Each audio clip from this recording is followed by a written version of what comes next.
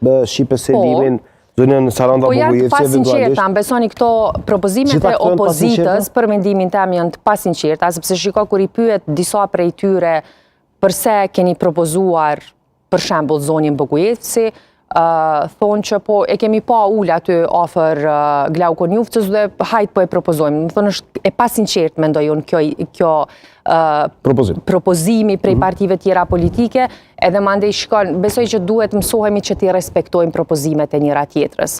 Do me thonë si subjekte politike, le ta respektojmë propozimin e secili subjekt politik. Dhe këtu po dua të them që let respektohet propozimi i subjektit fitues, lëvizjes vetëvendosje, cili po shfrytëzon të drejtën e vet për propozuar kandidatin, sepse në fakt është i vetmi post i cili ekskluzivisht i takon partisë fituese. Postet e tjera mund të jenë Askush s'po thotë që s'është juaj. Megjithatë, mësohemi ta respektojmë, sepse nëse hymë në një cikël të dëshirash për atë se kë duhet ta propozojmë për kryetar dhe kë për në kryetar, mendoj që do të përfundojmë me përfaqësues në një kryesi kuvendi e cila realisht nuk i përfaqëson partitë politike prej cilave vinë ata, sepse ne po përcaktojmë LDK-s e PDK-s, ata po na e përcaktojnë neve. Nuk jeni përgjegjës për blokadë. Unë nuk mendoj që ne jemi përgjegjës. Shiko, kushtrim, ne do të ishim përgjegjës për blokadë në qoftë se nuk do ta propozonim kandidatin tonë për kryetar të kuvendit. Në qoftë se do ta mbanim bllokuar kuvendin duke mos propozuar emra ose duke u arsyetuar duke thënë që shiko se nuk e kemi emrin për momentin,